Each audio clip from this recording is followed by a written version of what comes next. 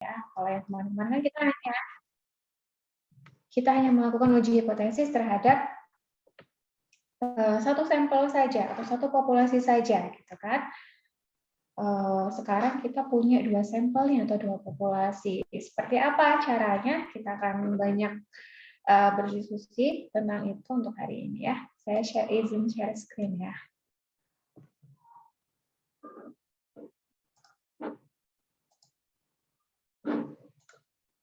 Oke, apakah sudah terlihat?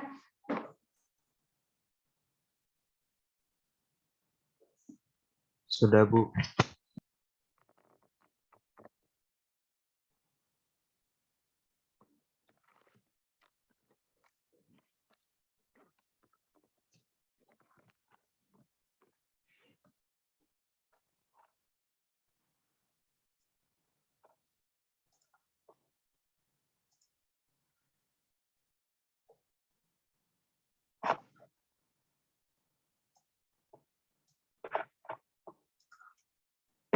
Nah, ini ya uji 2 sampel. Ini adalah kuliah ke-10 kita ya. Oke, sasaran dari diskusi kita pada kesempatan kali ini yang pertama adalah teman-teman harus memahami perbedaan antara sampel dependen dan independen. Jadi sampel itu ada 2 ya, yang dia itu berpasangan maupun tidak berpasangan. Dependen itu berpasangan ya. Oke, kemudian yang kedua kita akan mencoba nih melakukan uji hipotesis terhadap perbedaan antara 2 rata-rata populasi yang tidak independen atau unpair, boleh. Kemudian yang ketiga kita melakukan uji hipotesis 2 sampel dengan menggunakan 2 sampel uji hipotesis proporsi ya. Kalau yang di atas rata-rata, yang ketiga ini adalah proporsi. Kemudian yang terakhir kita akan melakukan uji hipotesis antara 2 rata-rata sampel yang berpasangan atau dependen atau pair gitu ya. Jadi ini adalah sasaran yang akan kita harus capai dalam diskusi kita pada kesempatan kali ini. Oke, kita bahas satu-satu ya. Yang pertama teman-teman harus memahami apa nih bedanya sampel dependen dan independen atau sampel yang tidak berpasangan. Oke ya, jadi ada 2 jenis di sini ya, independen dan dependen. Oke, ini ada contohnya. Kita lihat nih, kita punya 2 sampel terkait dengan nilai statistik, nilai UTS ini kayaknya ya, nilai UTS mata kuliah statistika TK antara kelas 1A dan 1C gitu ya. Oke, untuk kelas 1A itu ada nomor absen 1 itu 65 nilainya, kemudian untuk 1C nomor absen 1 nilainya 73 gitu ya. Kemudian berikut nomor absen selanjutnya ada di bawahnya ya 71, untuk 1C 70 dan berikutnya. Oke, untuk sampel ini, kedua sampel ini, dia menilai objek yang berbeda. Ada 2 ya sampelnya, ada 1A, nilainya 1A dan 1C, di mana nilai ini menggambarkan atau mengevaluasi objek yang berbeda, yaitu siswa absen nomor 1 untuk kelas 1A dan absen nomor 1 untuk kelas 1C, di mana orangnya ini berbeda. Ya, jadi kata kuncinya itu ya, orangnya berbeda atau objeknya berbeda, gitu ya. Orangnya tidak saling mempengaruhi karena objeknya berbeda, sehingga dia disebut dengan sampel dependen atau tidak berpasangan. Oke ya, di sini yang perlu teman-teman pahami bahwa ada 2 sampel di sini, betul, 1A dan 1C. Kemudian lihat lagi per nilai atau per value dari sampel kita. Apakah dia menyatakan nilai untuk objek yang sama atau objek yang berbeda, gitu ya. 65 di sini dia hanya menyatakan value atau nilai dari objek yang merupakan mahasiswa kelas 1A. Sedangkan yang di sini, yang 73, itu menyatakan nilai statistika mahasiswa kelas 1C. Misalkan mereka nomor absen 1 ya, sama-sama nomor absen 1. Mahasiswa nomor absen 1 di kelas 1A dan mahasiswa nomor absen 1 di kelas 1C tentunya berbeda, ya kan? Sehingga dua sampel ini disebut dengan sampel tidak berpasangan atau dependen atau tidak saling mempengaruhi karena objeknya berbeda. Gitu ya. Itu adalah dua sampel tidak berpasangan atau dua sampel independen. Nah, bagaimana yang berpasangan atau yang dependen? Oke, kita coba lihat di sini ya.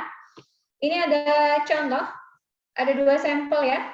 Ini merupakan nilai TA, gitu ya, nilai tugas akhir dari kelompok 1 misalkan ya. Kelompok 1 yang dinilai oleh pembimbing 1 dan pembimbing 2.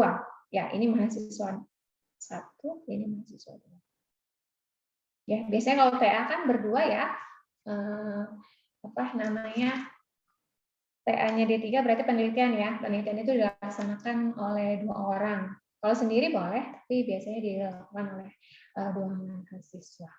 Oke, ada yang tahu nggak bedanya nilai ini atau dua sampel ini dengan dua sampel sebelumnya, yang nilai TA dan nilai statistika? Ada yang bisa memahami apa kira-kira perbedaannya di sini?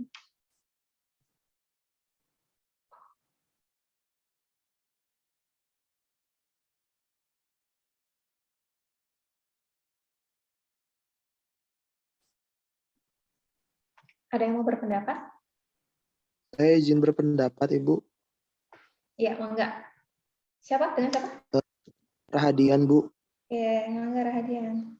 Kalau untuk yang kiri kan berbeda kelas ya, Bu, 1A dan 1C, sehingga tidak saling mempengaruhi. Sedangkan kan kalau yang kanan itu nilai TA kelompok 1 dari pembimbing 1 dan pembimbing 2, walaupun pembimbingnya beda tapi kan tetap kelompok 1, jadi saling mempengaruhi. Mungkin seperti itu, Bu. Oke, kalau nilai statistika, yang nilai dua sampel yang kiri ya, yang nilai statistik itu kan populasinya populasi 1C dan 1A gitu ya, dengan mahasiswanya berbeda gitu ya. Oke, kita akan coba lihat yang nilai TA ya.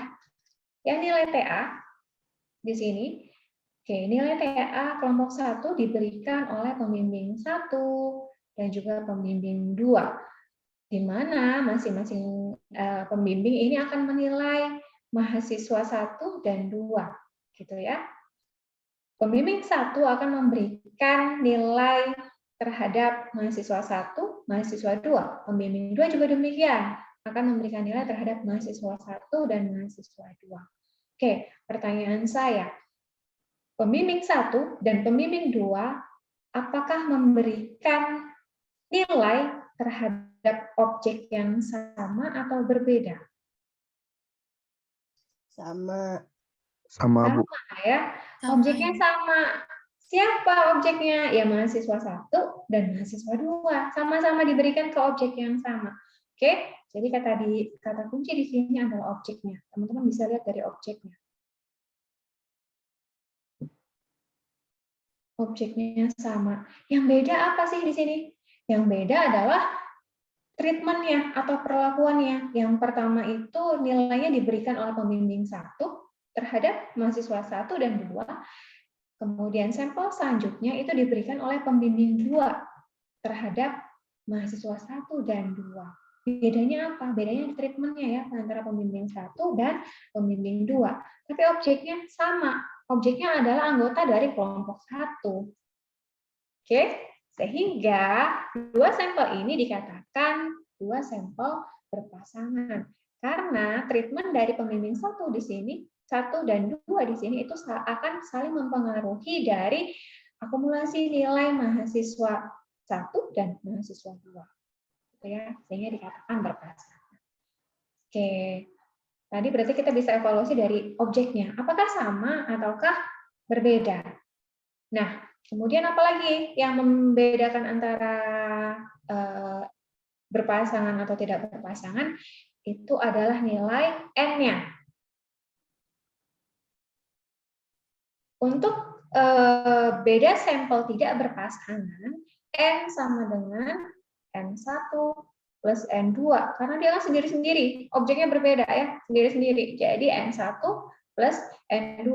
Berarti kalau dilihat di sini itu ada 1, 2, 3, 4, 5, 6. 6. Untuk N1-nya 6, N2-nya 6. Sama dengan 12 ya N-nya.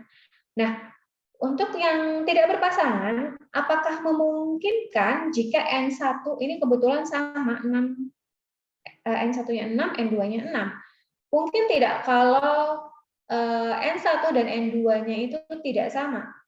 Satunya 6, satunya 7 misalnya. Bisa nggak?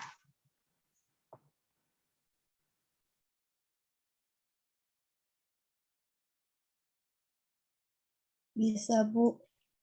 Bisa, Bu. Oke, bisa ya. Bisa. Karena kenapa? Karena mereka tidak saling mempengaruhi. Bisa jadi mahasiswa di kelas 1A itu 30 orang, 1C 31 orang. Beda N-nya ya. Ya, jadi boleh tidak sama. Nah, berbeda halnya dengan ketika kita melihat sampel yang berpasangan. N di sini itu adalah jumlah sampel yang dimana berapa di sini jumlah sampelnya?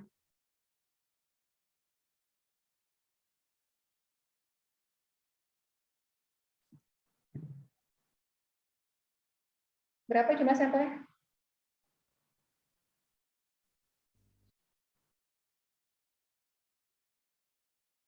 Satu, Bu. Jumlah sampelnya? Objeknya ada berapa? 1, 2. 2. 2 ya? 2. Oke, N-nya sama dengan 2.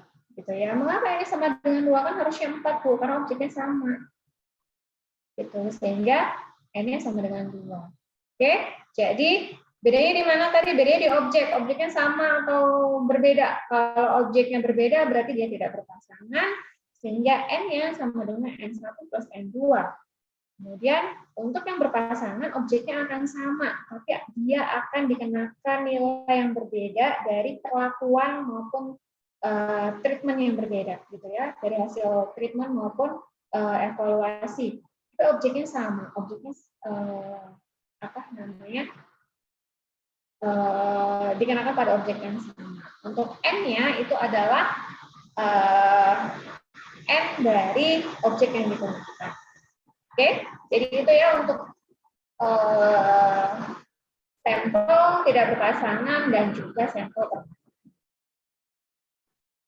Oke, ada yang mau ditanyakan? Bisa dipahami ya?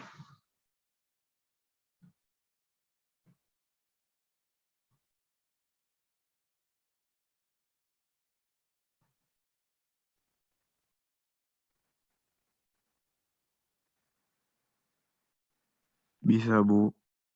Oke, kalau bisa kita lanjutkan. Oke, kita coba melihat dulu uji 2 sampel yang tidak berpasangan atau independen ya. Berarti objeknya berbeda ya tadi ya. Nah, uji 2 sampel tidak berpasangan ini biasanya digunakan untuk menguji perbandingan 2 sampel yang memiliki sifat independen atau tidak saling mempengaruhi dengan objek yang berbeda tentunya ya. Kemudian biasanya juga digunakan untuk menentukan apakah nilai dari suatu variabel tertentu itu berbeda di antara 2 data, gitu ya. Jadi biasanya digunakan untuk berbeda atau tidak, gitu. Menjawab apakah ini berbeda atau tidak.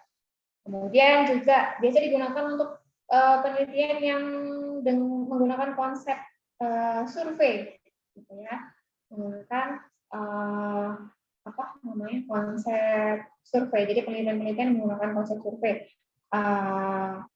terhadap objek yang berbeda. Itu uji dua sampel yang tidak berpasangan. Nah, ini ada contohnya nih, misalkan adakah perbedaan karena biasa digunakan untuk menetapkan berbeda atau tidak ya. Jadi pertanyaannya biasanya akan berupa adakah perbedaan dalam nilai rata-rata mata kuliah statistika TK antara kelas 1B dan 1C. Di sini jelas ya terdapat dua sampel atau dua populasi, yaitu 1B dan 1C, di mana mahasiswa 1B dan mahasiswa 1C itu pastinya berbeda orang ya, sehingga objeknya berbeda. Ya, yang kedua, contoh yang kedua, adakah perbedaan jumlah rata-rata produk yang gagal yang dihasilkan pada hari Minggu dan hari Rabu? Berarti populasinya apa nih? Apa dan apa? Hari Minggu dan hari Rabu. Hari Minggu dan hari Rabu. Produk ya, produk yang gagal pada hari Minggu dan hari Rabu. Tentunya produknya berbeda.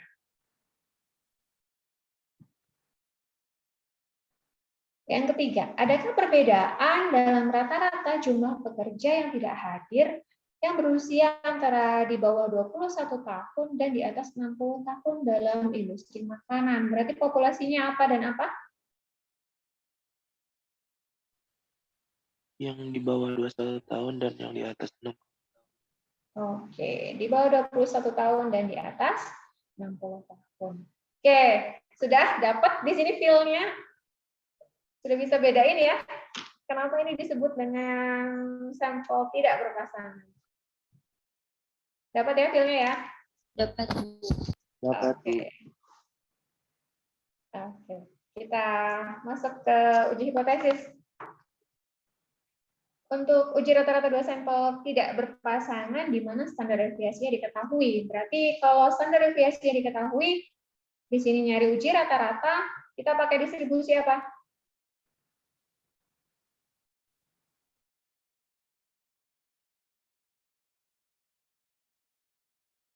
Distribusi Z, Bu. Distribusi Z ya. Kita akan lihat. Kalau kemarin kita hitung distribusi Z untuk satu sampel, ini kita dua sampel.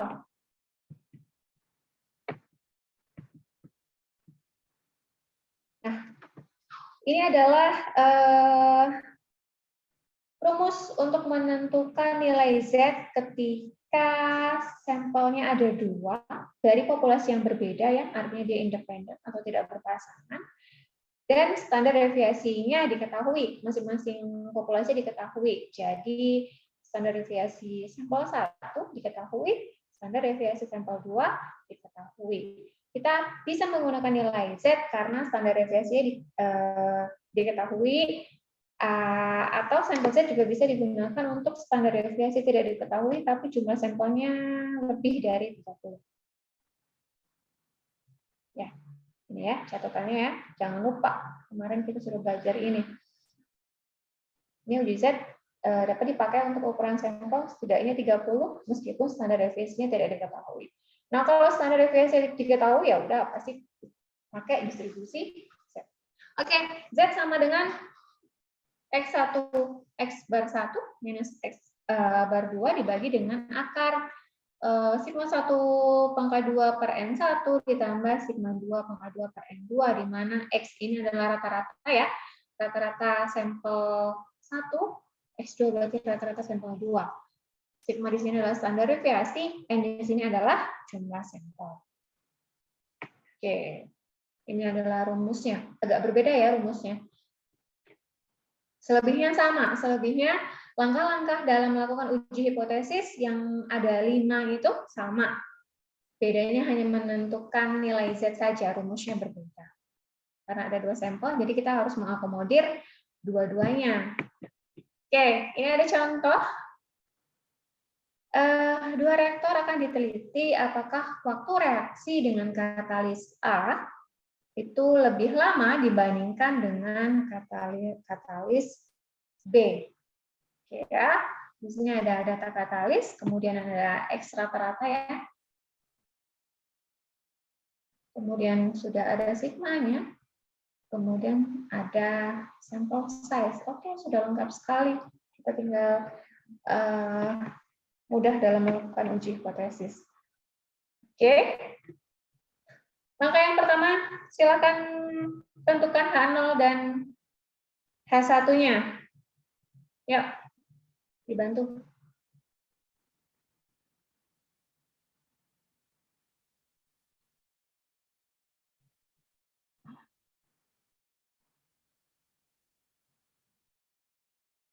Yang menjadi kata kunci apa? Lebih lama. Lebih lama. Ya, karena menit ya di sini ya satuannya. Lebih lama, berarti di sini kita bisa tentukan H1 ya berarti ya. H1-nya apa? Mu A lebih besar dari mu B. Mu A lebih besar daripada mu B. H0-nya? Mu A lebih kecil sama dengan mu B. Oke, ini langkah pertama. Oke, dari sini teman-teman bisa simpulkan bahwa kita akan melakukan uji hipotesis dari satu arah atau dua arah? Satu arah. Satu arah, mana? Kanan atau kiri? Kanan. Satu arah kanan. Oke, kemudian nomor 2, apa yang harus kita lakukan?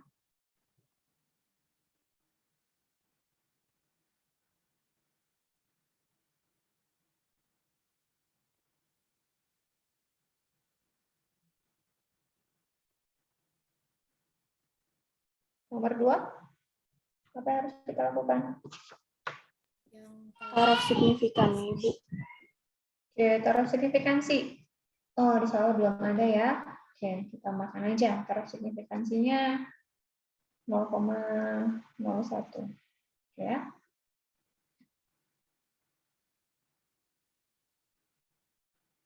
Oke, kemudian yang ketiga, kita harus menentukan metode uji statistikanya.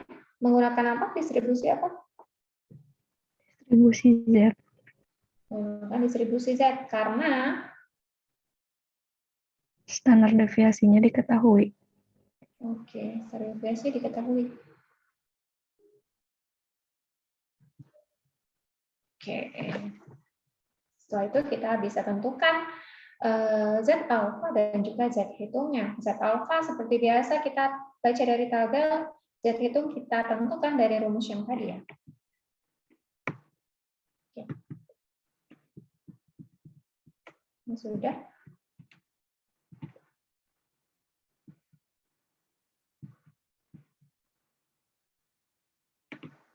Oke, tadi alfanya adalah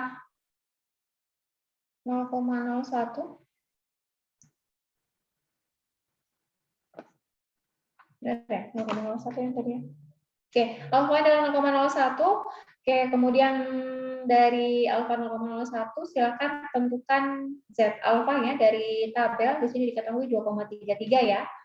Oke, karena uji hipotesis yang menggunakan uji hipotesis satu arah sisi kanan, maka aturan keputusannya adalah H0 ditolak jika Z hitung lebih besar daripada Z alfa. Oke ya, kita sudah tentukan Z alfanya adalah 2,33 nih. Ini sebagai critical value ya. Ini 2,33 sebagai critical value yang membedakan antara daerah H0 diterima dan juga H0 ditolak. Ketika nanti Z hitungnya masuk ke dalam daerah penolakan, maka H0-nya akan ditolak.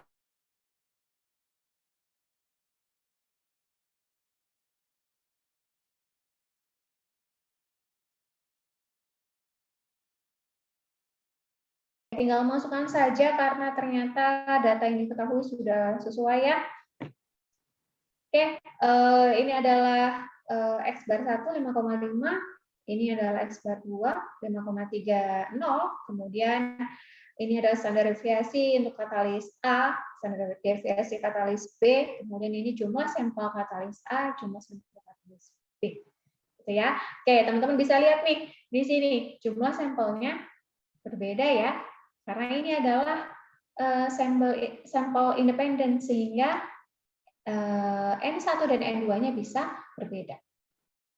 Oke, sehingga diperoleh nilai 3,13 untuk Z hitung. Berarti ditolak atau diterima H0?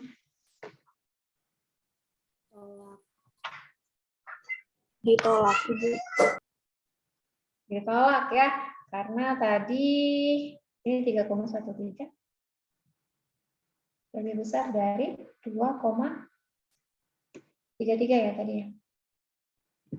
Berapa tadi? Ya, 2,33 set alfanya, sehingga putusannya adalah tolak H0.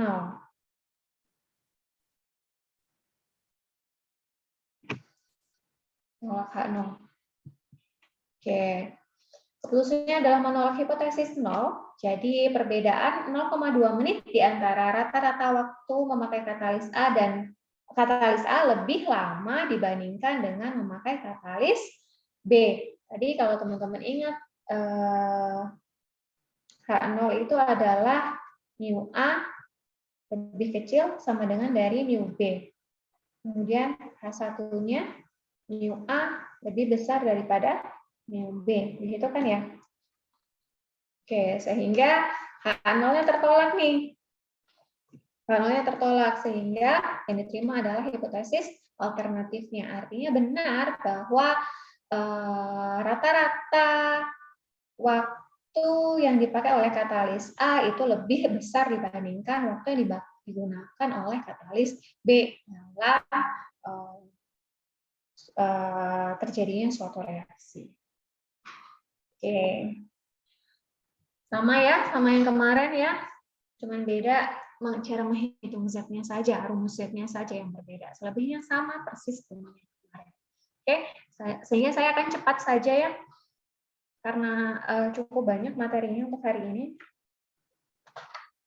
Oke, itu untuk rata-rata dua populasi sampel tidak berpasangan di mana standar deviasinya diketahui. Oke ya. Ada kesulitan di sini?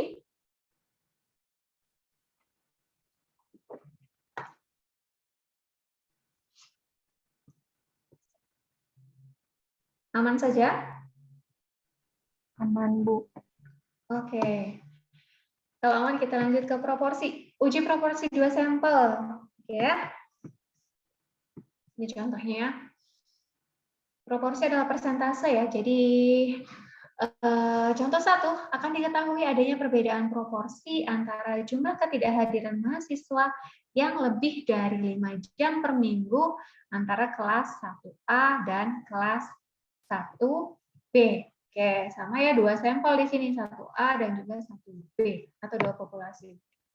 Kemudian di sini juga sama, mahasiswa telah membuat produk makanan A, akan diketahui adakah perbedaan dalam proporsi pembeli di bawah 20 tahun dan di atas 60 tahun yang menyukai produk tersebut. Oke, 20 tahun dan 60 tahun, subjeknya berbeda. Kemudian yang ketiga, konsultan ingin mengetahui adakah perbedaan proporsi antara katalis A dan B yang rusak selama 1 tahun. Oke, ada katalis A dan juga katalis B di sini ya. Dengan pertanyaannya adalah proporsi. Proporsi dan juga proporsi.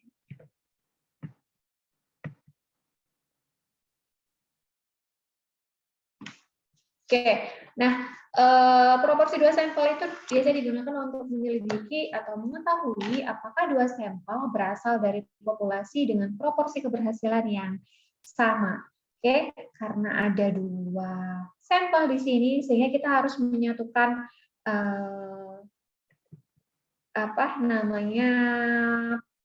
proporsinya, disebut dengan full proportion, gitu ya. Simbolnya adalah PC gitu ya, di mana PC ini dihitung dengan X1 plus X2 dibagi dengan N1 plus N2, gitu ya. Jadi sampel 1 ditambah sampel 2 dibagi dengan jumlah sampel 1 ditambah dengan jumlah sampel 2. Nah, ini nanti digunakan untuk apa sih? Akan digunakan untuk mencari nilai Z-nya, gitu ya. Karena seperti kemarin, seperti yang uji sampel satu sampel, nilai proporsi juga bisa bisa menggunakan konsep distribusi normal dengan menggunakan nilai Z, gitu ya. Sehingga kita di sini akan menghitung nilai Z, tapi dengan menggunakan dua sampel atau dua data.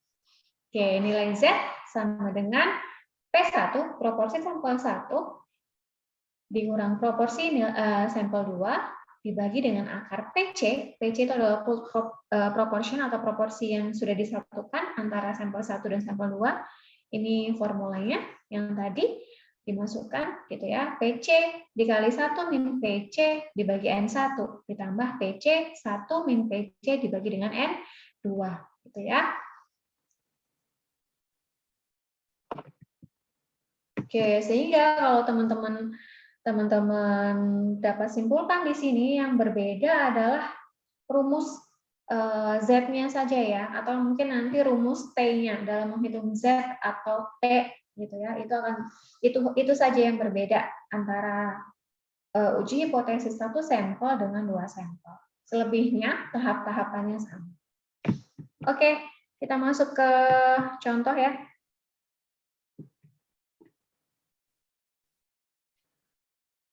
Oke, ini ada contoh 2. Telah dikembangkan jenis katalis baru dari reaktor yang diuji dengan diketahui adanya perbedaan proporsi jumlah katalis A dan B yang rusak selama 1 tahun. Oke, ada dua populasi, katalis A dan B. Oke, kemudian pertanyaannya, adakah perbedaan di sini ya? Adakah perbedaan proporsi? Dari pengujian diperoleh hasil sebagai berikut. Dari 100 kg katalis A terdapat 19 kg katalis rusak. Dari 200 kg katalis B terdapat 62 kg katalis yang rusak. Oke, langkah pertama tentunya kita harus tentukan H0 dan H1.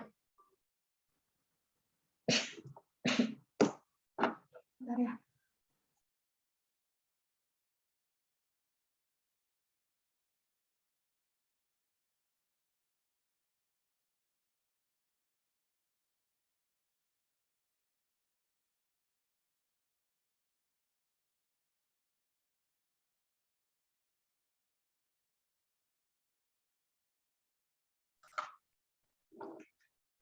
Oke, H0 atau H1-nya apa di sini?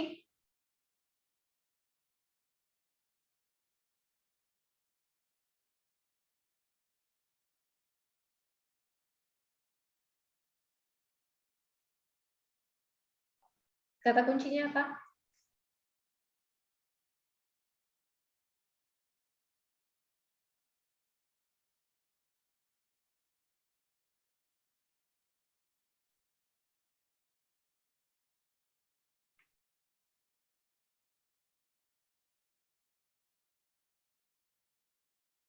Kata kuncinya apa?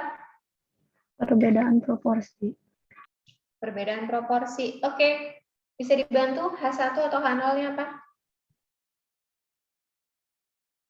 H0-nya Pi A sama dengan Pi B, Bu. Pi A sama dengan Pi B. Oke. H1-nya? Pi A tidak sama dengan Pi B. Oke, Pi A tidak sama dengan Pi B. Ini adalah H0 dan H1-nya. Sehingga kita pakai uji hipotesis apa? Dua sisi. Dua sisi atau dua arah ya.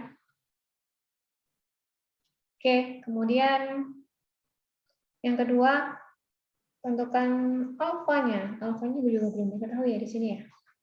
Oke, kita tambahkan aja ya. Alfanya adalah 0,05. Atau 0,01 ya. Oke, alfanya adalah 0,01. Karena ini dua sisi, maka kita pasti akan menggunakan alfa per 2 ya. Alfa per 2-nya berarti 0,005.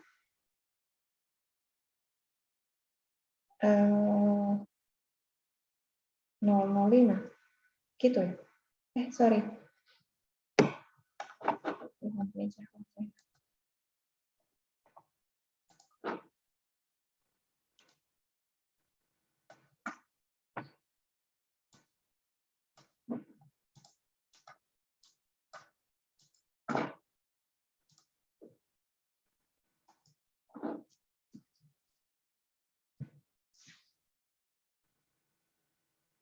Alfa 0,1. Sehingga alfa per 2-nya 0,05. Oke, kemudian yang ketiga, statistik ujinya menggunakan distribusi apa?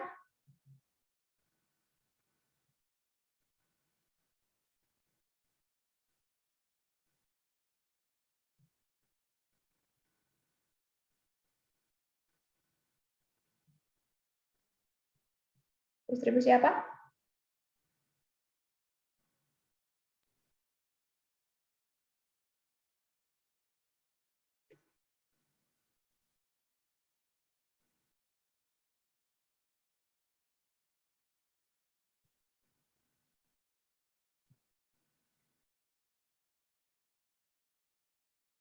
Distribusi apa di sini?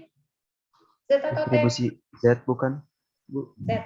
Oke, distribusi Z ya. Proporsi itu didekati dengan menggunakan distribusi Z. Oke, kemudian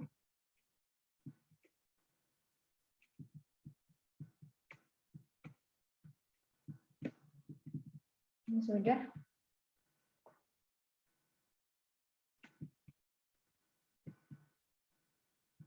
Kita buat aturan keputusannya ya.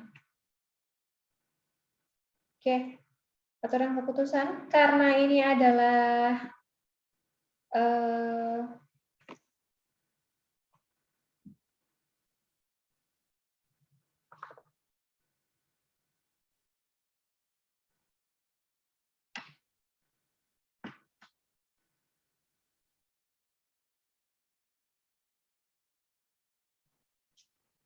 oh sorry, ini Z-nya 1,96. Berarti saya revisi sedikit ya. Level signifikansinya. Oke, level signifikansinya ini 0,05. Kemudian di sini 0,025 berarti ya.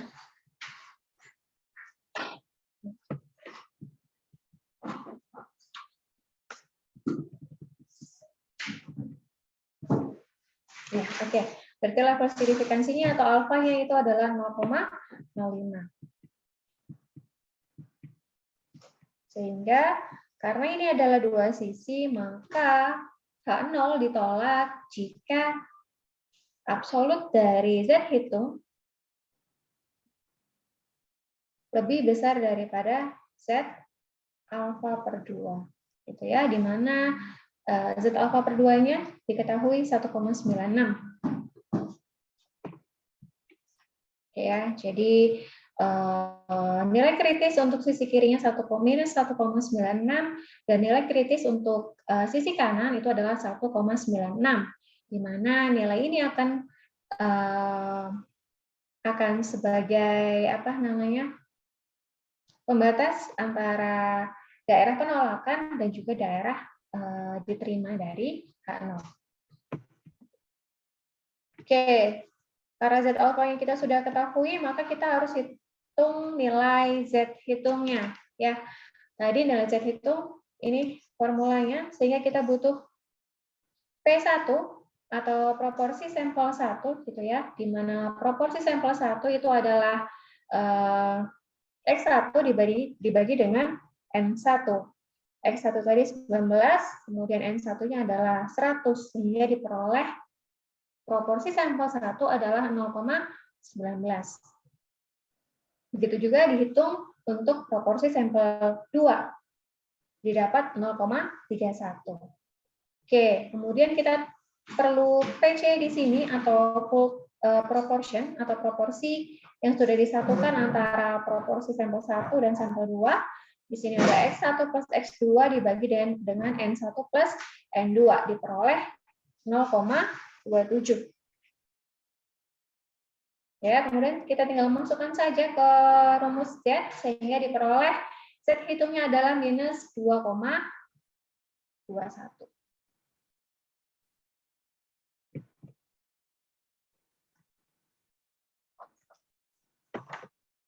Oke, di sini minus 2,21 sehingga dia berada pada daerah tolak H0 ya, kalau kita lihat di sini. Dia ada di minus Z hitungnya itu sama dengan minus 2,21 atau kalau absolutnya berarti adalah 2,21. Ketika kita lihat di sisi kanan,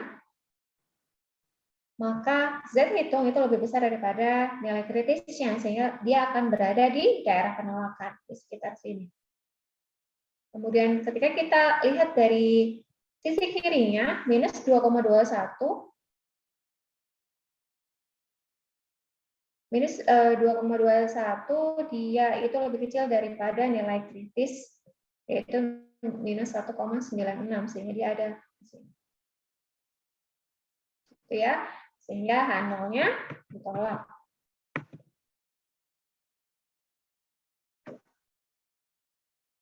Oke, ketika H0-nya ditolak, kita ingat lagi tadi ya, H0-nya tadi apa, kemudian H1-nya apa. Kita ingat lagi sehingga kita bisa menyimpulkan. H0-nya tadi adalah P1 sama dengan P2, H1-nya P1 tidak sama dengan P2. Oke, H0-nya ditolak. Sehingga kita bisa simpulkan bahwa terdapat perbedaan atau jumlah katalis yang rusak antara sampel 1 atau sampel A dan sampel B itu berbeda ya, tidak sama ya. Itu adalah kesimpulannya.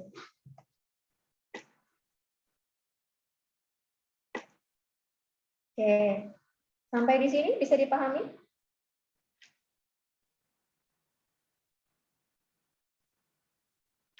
Bisa, Bu. Oke, itu adalah uji hipotesis proporsi 2 sampel. Oke, selanjutnya kita coba nih uji hipotesis rata-rata 2 sampel tidak berpasangan dengan standar deviasi tidak diketahui dan sampelnya sedikit, sampelnya kecil, N-nya kurang dari 30, sehingga kita harus menggunakan distribusi Z atau T.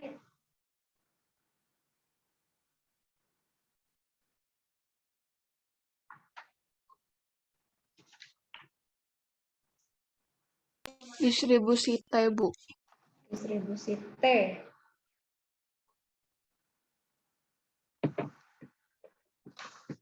Ya. Oke, distribusi T dipakai sebagai uji statistika jika satu sampel itu tidak memiliki jumlah observasi kurang dari 30, N-nya kurang dari 30. Kemudian standar deviasi populasinya tidak diketahui gitu ya. Jadi asumsi yang diperlukan adalah yang pertama, kedua populasi harus mengikuti distribusi normal. Kemudian populasi memiliki standar deviasi yang sama gitu ya. Jadi standar deviasi sampel 1 dan sampel 2-nya sama. Kemudian yang ketiga, sampel berasal dari populasi yang berbeda atau tidak berpasangan.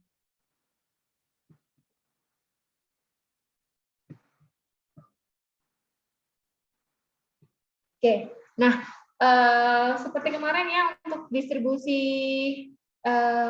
untuk rata-rata uji hipotesis rata-rata untuk standar deviasi tidak diketahui, kita menggunakan uji T, sehingga kita perlu menghitung nilai T yang akan dibandingkan dengan T table.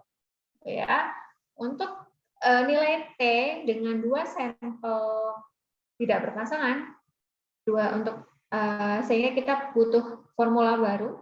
T sama dengan X bar 1 minus X bar 2 dibagi dengan SP kuadrat atau standar deviasi yang sudah full, ya, yang sudah disatukan, pangkat 2 dikali dengan 1 per N1 plus 1 per N2, gitu ya. X1, X2, N1, N2 itu pasti ada di sampel. Yang tidak ada adalah standar deviasinya, karena tidak diketahui. Sehingga kita harus menghitung standar deviasinya terlebih dahulu. Karena ada 2 sampel, sehingga kita harus menyatukan standar deviasinya atau full deviation standard, gitu ya, SP pangkat 2 di sini, ini dengan rumus N1 minus 1 dikalikan dengan standar deviasi sampel 1 pangkat 2 ditambah N2 minus 1 dikali standar deviasi sampel 2 pangkat 2 dibagi dengan N1 plus N2 minus 2. Ya. Oke, jadi pada dasarnya kita mau pakai T, gitu ya, karena ada 2 sampel, sehingga kita perlu formula baru nih yang mengakomodasi 2 sampel X1 dan X2. Nah, untuk rumus ini kita perlu standar deviasi yang sudah disatukan antara sampel 1 dan sampel 2, sehingga kita hitung terlebih dahulu.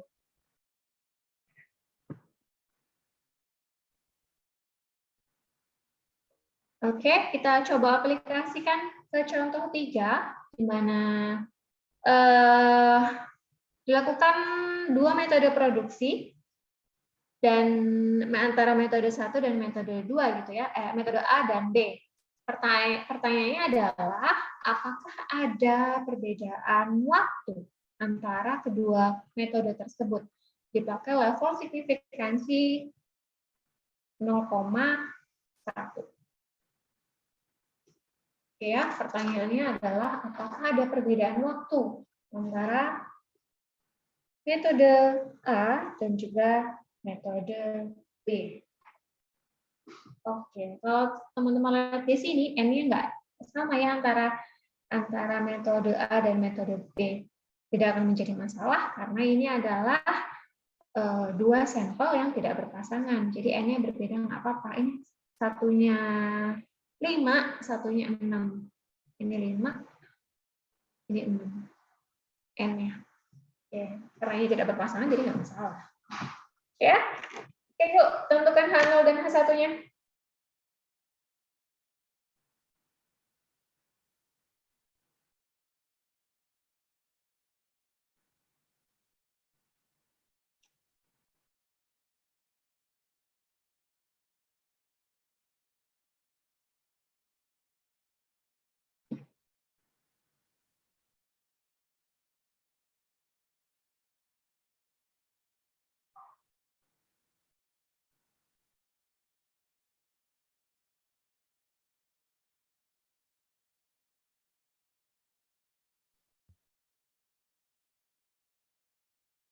H0-nya apa?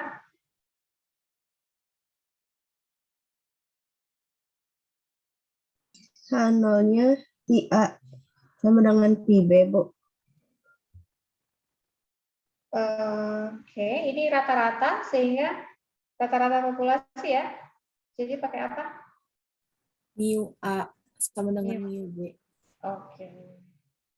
Mu A sama dengan mu B. Sehingga H1-nya adalah mu A, tidak sama dengan mu B. Oke, berarti ini adalah 2 sisi. Kemudian alfanya diketahui 0,1.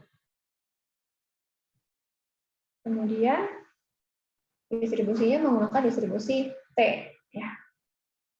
Karena standar deviasi tidak diketahui dan sampelnya kurang dari 30. Sampelnya ada berapa ini?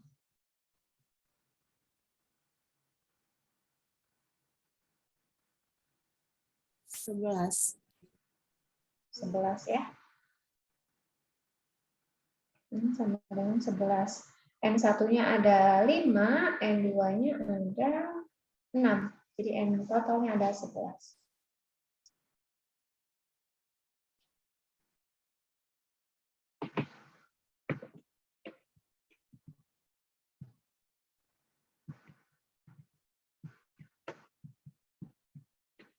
Oke.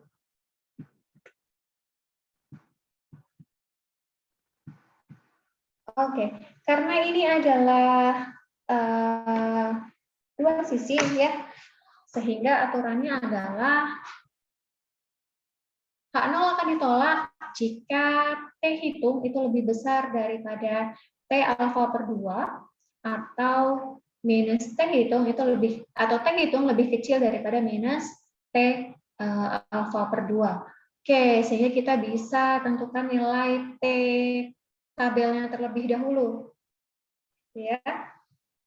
Oke, T tabel adalah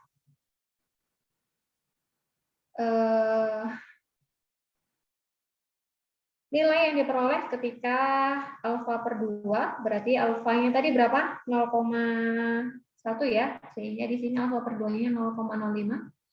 Kemudian untuk T table kita perlu DF ya.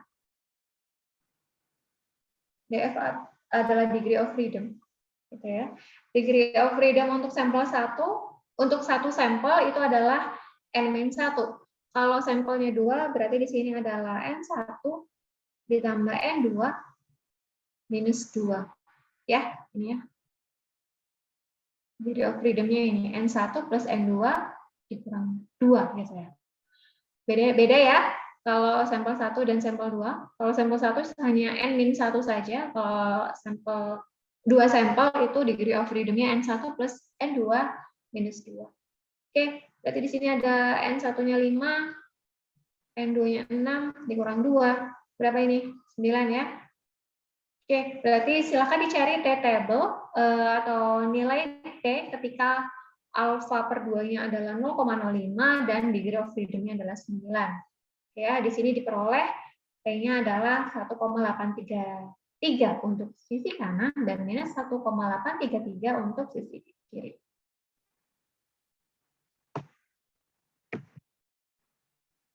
Kemudian langkah yang kelima kita hitung nilai T-nya atau T hitung. Sehingga kita bisa bandingkan sama T table tadi ya. Oke, untuk menghitung nilai T, tadi rumusnya adalah apa? X bar 1 minus X bar 2 dibagi dengan akar dari SP pangkat 2 kali 1 min N1 ditambah 1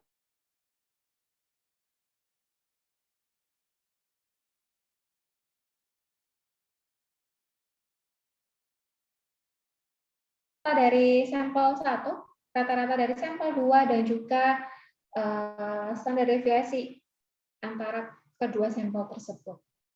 Oke, kita hitung nilai X bar 1-nya. Jumlah dari nilai X1 adalah 20, jumlah sampelnya adalah 5, sehingga rata-ratanya kita dapat 4. Ini. Kemudian untuk sampel 2 rata-ratanya kita dapat 5 di sini ya. Kemudian kita hitung standar deviasi sampel 1 dan sampel 2 terlebih dahulu. Biasa ya, standar deviasi adalah akar sigma X1 min X bar 1 pangkat 2 dibagi dengan N1 minus 1 gitu ya.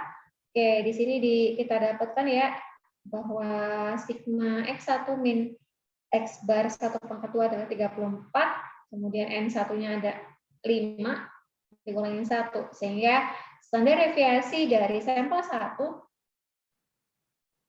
atau metode 1 itu adalah 2,9. Sedangkan untuk S2-nya adalah 2,09. Oke, kemudian masing-masing standar deviasi sampel kita sudah dapat, kita hitung SP pangkat 2-nya ya untuk memasukkan nilai ini. Kita hitung standar deviasi yang sudah disatukan atau pooled deviation standard. Oke, rumusnya demikian tadi sudah ya, sehingga diperoleh SP pangkat 2-nya adalah 6,222. Oke. Oke, standar deviasi yang disatukan sudah diketahui, kita masukkan ke dalam rumus T. Tinggal masukkan saja ya, karena sudah kita hitung, sehingga didapat T-nya adalah minus 0,662. Oke, minus 0,662 itu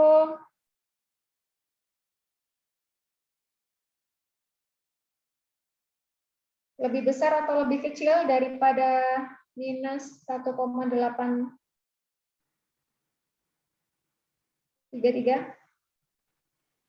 Lebih besar. Lebih besar.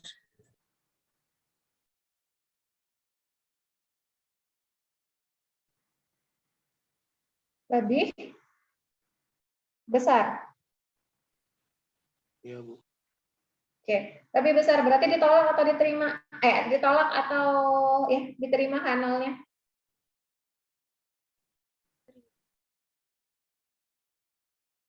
Oke, kita lihat di sini ya, minus 1,833 di sini. Berarti minus 0,662-nya di mana? Sini ya, kira-kira ya. Di lebih kanan gitu ya, berarti dia berada di daerah gagal tolak dari H0.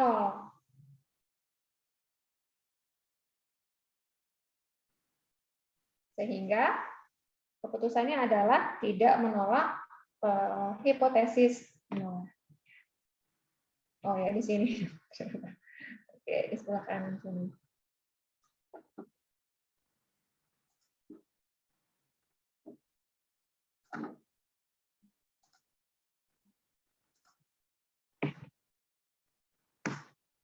Gitu ya. Jadi keputusannya adalah tidak menolak hipotesis 0. Nah, kita ingat kembali tadi H0 dan H1-nya apa? H0-nya adalah mu A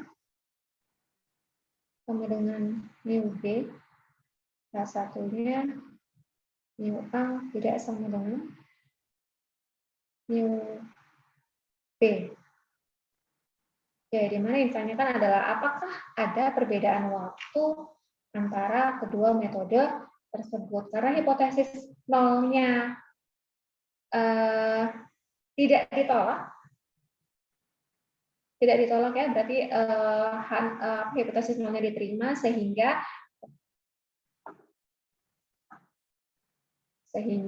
kesimpulannya adalah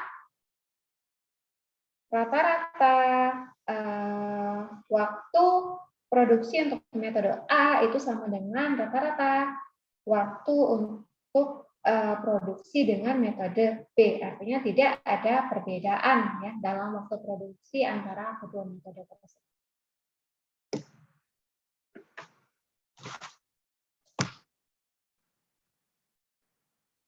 Oke. Ada yang mau ditanyakan sampai di sini?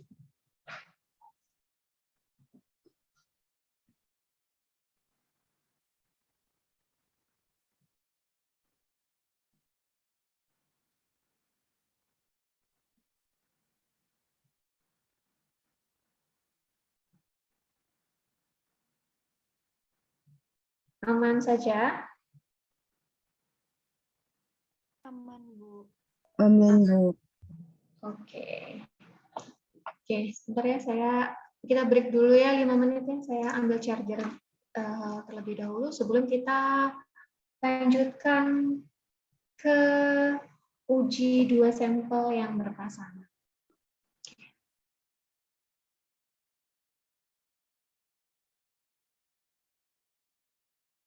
Sedikit lagi. Tadi kita sudah mempelajari mengenai uji 2 sampel tidak berpasangan, gitu ya, di mana kita sudah mencoba melakukan uji hipotesis terhadap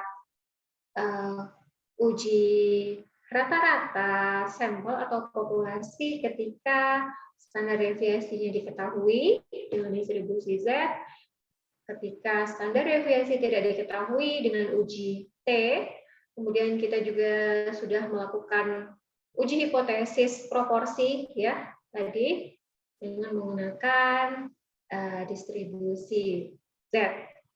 Oke, itu untuk sampel yang tidak berpasangan atau independent sampel. Bagaimana dengan uji hipotesis ketika dua sampel itu berpasangan atau saling berkaitan satu sama lain?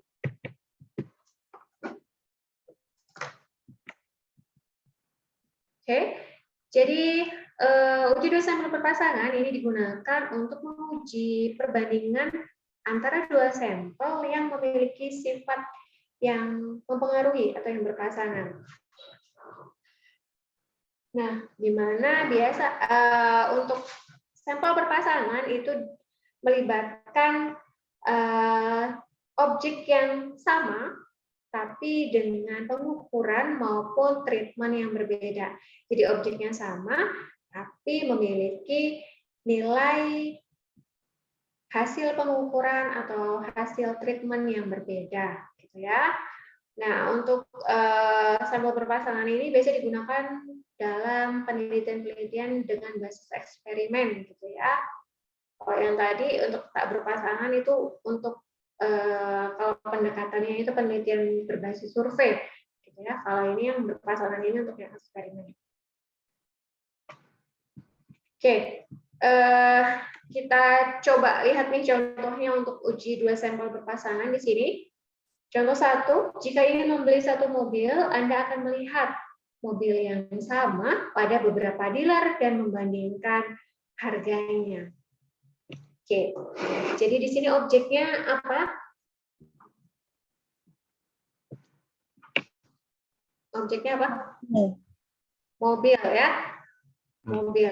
Objeknya mobil. Mobil yang sama, mereknya sama, tipenya sama, tapi melalui dealer yang berbeda, dari beberapa dealer, dealer 1, 2, dan 3.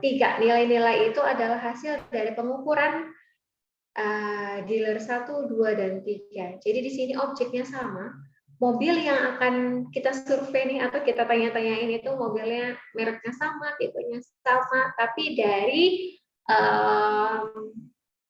pengukuran yang dilakukan oleh orang yang berbeda atau pihak yang berbeda ya, dalam hal ini adalah dealer. Oke, contoh yang kedua, jika ingin mengetahui efektivitas suatu metode pembelajaran, maka ini kayaknya nggak selesai nih. Dilakukan perbandingan antara sebelum dan sesudah melakukan pembelajaran. Oke, ini adalah kita akan melihat efektivitas. Oh, ini dengan membandingkan nilai sebelum dan sesudah melakukan pembelajaran, gitu ya. Sehingga objeknya adalah nilai. Kemudian treatmentnya adalah ketika dia belum belajar dan juga setelah belajar. Jadi misalkan saya mau mengetahui efektivitas suatu metode pembelajaran yang saya terapkan di kelas ini ya, kelas statistik teknik kimia. Jadi saya melakukan pre-test dan juga post-test gitu ya, sehingga saya mendapatkan nilai teman-teman sebelum melakukan diskusi dengan saya di kelas dan setelah melakukan diskusi dengan saya di kelas. Jadi objeknya adalah nilai, kemudian treatmentnya itu adalah sebelum dan sesudah. Jadi hasil dari pre-test dan juga post-test. Oke, itu adalah uji dua sampel berpasangan.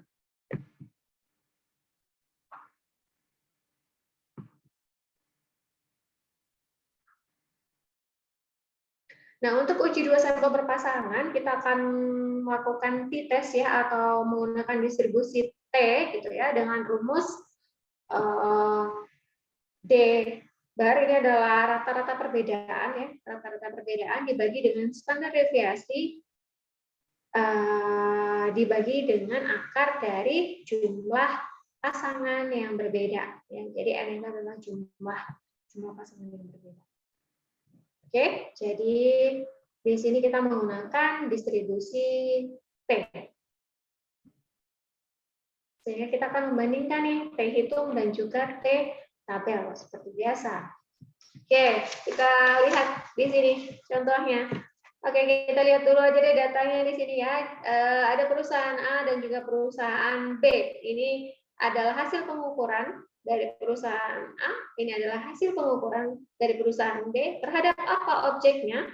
Terhadap sampel rumah, di mana ada 10 rumah di sini ya. Jadi kita akan membandingkan nih nilai dari sampel 1 gitu ya, di mana akan dilakukan oleh perusahaan A dan juga B. Ya, jadi ini adalah hasil pengukuran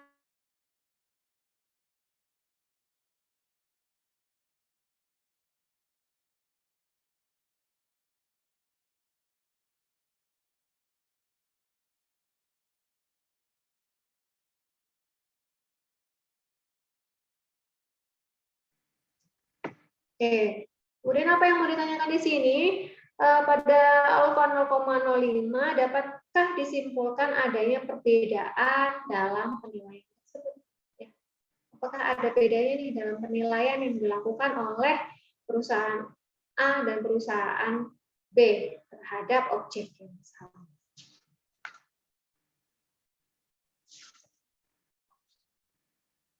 Oke. Sehingga di sini kita akan tentukan hipotesis 0 dan hipotesis alternatif ya.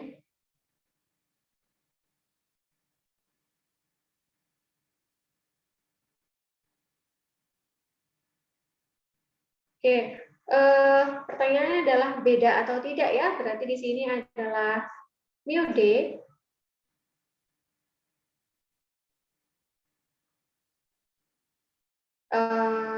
oke, mu 1 aja ya, biar lebih mudah. Mu 1 sama dengan mu 2. Mu 1 itu untuk perusahaan A, mu 2 untuk perusahaan B ya. So, mu 1 tidak sama dengan mu 2. Atau teman-teman juga bisa tulis mu D sama dengan 0. Atau mu D tidak sama dengan 0. Maaf ya, nabrak-nabrak. Gitu ya. Mu D itu adalah perbedaan rata-rata. Kalau mu 1 itu sama dengan mu 2, maka otomatis tidak ada perbedaan nilai rata-rata ya, sehingga mu D-nya adalah 0. Nah, kalau mu 1 itu tidak sama dengan mu 2, maka mu D-nya tidak akan sama dengan 0, bisa negatif, bisa positif. Itu untuk menjawab ketika ditanyakan perbedaan gitu ya, apakah berbeda atau sama antara nilai yang dikeluarkan oleh perusahaan A atau perusahaan B. Kalau yang ditanyakan di sini adalah mana yang lebih tinggi atau lebih rendah nilai yang dikeluarkan oleh perusahaan A dan perusahaan B, maka kita akan menggunakan hipotesis satu arah, kiri atau kanan. Tapi kalau yang ditanyakan adalah perbedaan, maka kita gunakan hipotesis dua arah. Dua arah. Oke, kemudian yang kedua, kita cari alfanya. Alfanya adalah 0,05. Kemudian yang ketiga, kita tetapkan uji statistikanya menggunakan uji apa? Tadi distribusi apa?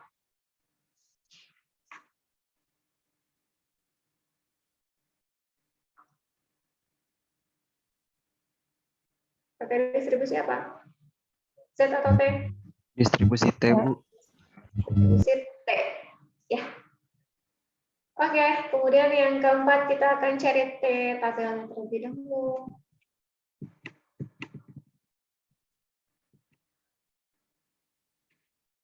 Oke, karena kita menggunakan dua arah sehingga T absolut lebih besar daripada T alfa per 2, maka H0-nya ditolak. Ya, atau boleh deh teman-teman terserah mau pakai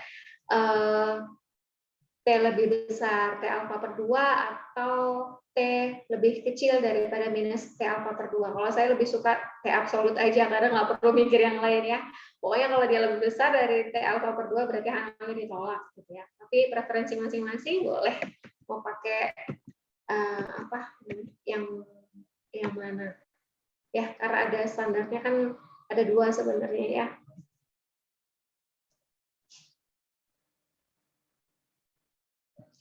Oke, kemudian nilai T-nya ini adalah T alfa per 2 sehingga alfa yang tadi 0,05 ya.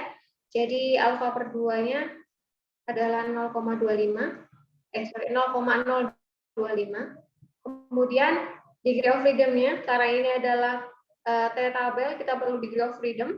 Ini adalah N-1.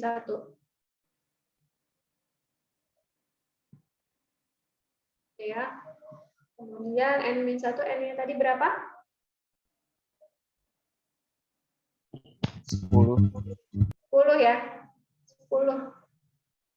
Rumahnya 10 ya. N-1 sama dengan 9. Oke.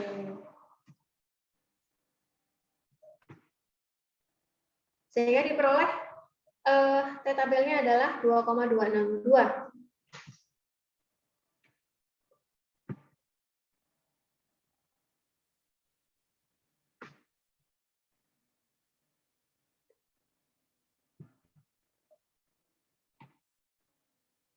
Oke, kemudian kita hitung nilai T berdasarkan rumus ya. Rumusnya adalah rata-rata perbedaan atau D bar dibagi dengan standar deviasi perbedaan dibagi akar N gitu ya.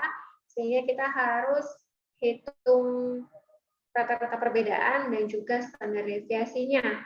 Oke, kita hitung D-nya dulu, D-nya terlebih dahulu. Oke, ini adalah objeknya atau rumahnya. Kemudian ini penilaian yang dilakukan oleh perusahaan A, ini penilaian yang dilakukan oleh perusahaan B. Oke, kita coba cari selisihnya atau perbedaannya terlebih dahulu ya. Jadi A min B, gitu ya, boleh plus, boleh minus di sini. Kemudian kita akumulasikan dari 10 sampel ini. Perbedaannya adalah 46 ya, jumlahnya adalah 46, sehingga untuk mencari D rata-ratanya adalah 46 dibagi 10, sehingga dapat 4,6. Oke, D rata-ratanya sudah dapat 4,6, sehingga kita hitung selanjutnya adalah standar deviasinya. Standar deviasi adalah seperti biasa ya. Di sini berarti sigma D minus D rata-rata di pangkat 2 dibagi dengan N-1.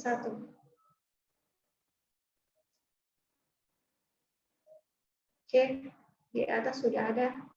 Tinggal kita masukin aja, berarti di sini adalah 174,4 dibagi dengan N-nya 10 minus 1, sehingga didapat standar deviasinya 4,402.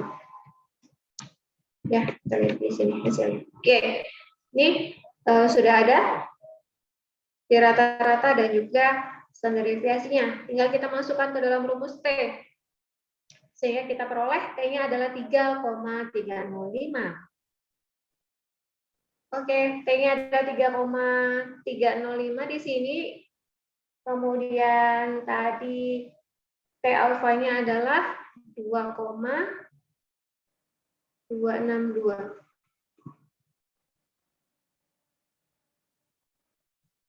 Oke, berarti di sini T hitungnya lebih besar daripada T alfa per 2. Sehingga keputusannya? Tolak H0. Tolak H0 ya. H0-nya ditolak karena ternyata T hitungnya lebih besar dari T hitung absolut lebih besar daripada T alfa per 2-nya. Oke, kita ingat lagi H0 dan H1-nya apa? H0-nya tadi adalah mu1 sama dengan mu2.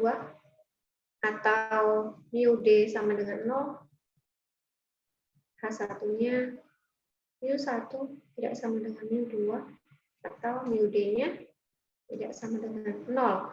Ini artinya tidak ada perbedaan karena mu1 sama dengan mu2 atau perbedaannya sama dengan 0. Kemudian kalau H1 di sini mu1 tidak sama dengan mu2 atau mu D tidak sama dengan 0, berarti ada perbedaan, entah itu minus atau positif gitu ya. Nah, kita tolak H0 ya. H0 ini ditolak sehingga kita bisa simpulkan bahwa nilai yang dikeluarkan oleh perusahaan 1 dan perusahaan 2 terhadap ke-10 sampel hunian rumah itu memiliki perbedaan karena mu1 tidak sama dengan mu2 atau mu D-nya tidak sama dengan 0. Ya, itu kesimpulan. Jadi ada perbedaan di sini antara nilai rata-rata rumah yang dikeluarkan oleh perusahaan A dan B. Oke? Bisa dipahami? Bisa Bu, insya Allah. Saya insya Allah. Oke, kalau gitu seperti biasa untuk mengakhiri kelas kita pada siang hari ini, teman-teman ada tugas nih, tugas pertemuan 3. Ya, ada 2 soal di sini ya. Ada soal pertama dan juga soal kedua. Oke, silakan dipahami baik-baik. Apakah dia itu termasuk 2 sampel yang berpasangan atau tidak berpasangan, sehingga teman-teman bisa menentukan langkah selanjutnya, apakah menggunakan distribusi Z, distribusi ataupun distribusi T, ya, karena basicnya teman-teman pertama kali harus menentukan dia berpasangan atau tidak sih, gitu, untuk menentukan langkah uji hipotesis selanjutnya. Oke ya, ini ada 2 ya, ini nomor 1 dan nomor 2. Seperti biasa, waktunya adalah 1 minggu, silakan nanti dikumpulkan via e-learning. Ibu mau bertanya, Gimana? tadi yang di nomor 1 maksudnya meter, itu meteran atau gimana Bu? Atau Ya, alat ukur gitu Bu? ya, itu alat pengukur. Oh iya Bu, makasih. Ya. Oke.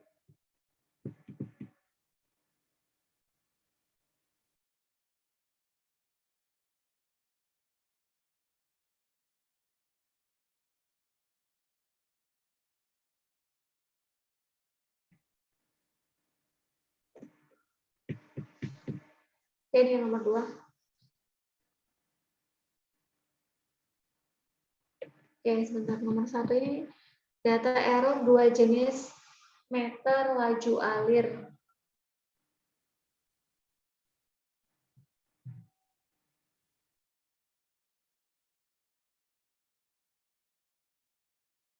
Oh, ini laju alirnya berbeda ya.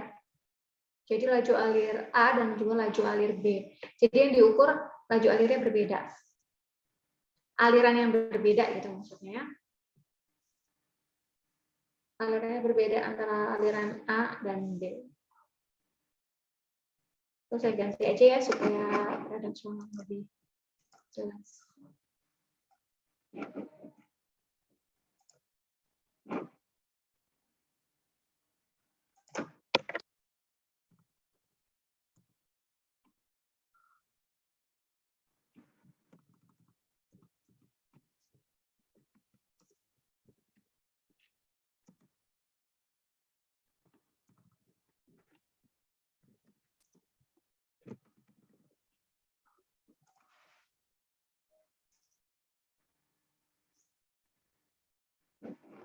Oke. Oke, yang nomor 2 ada masalah? Enggak ya?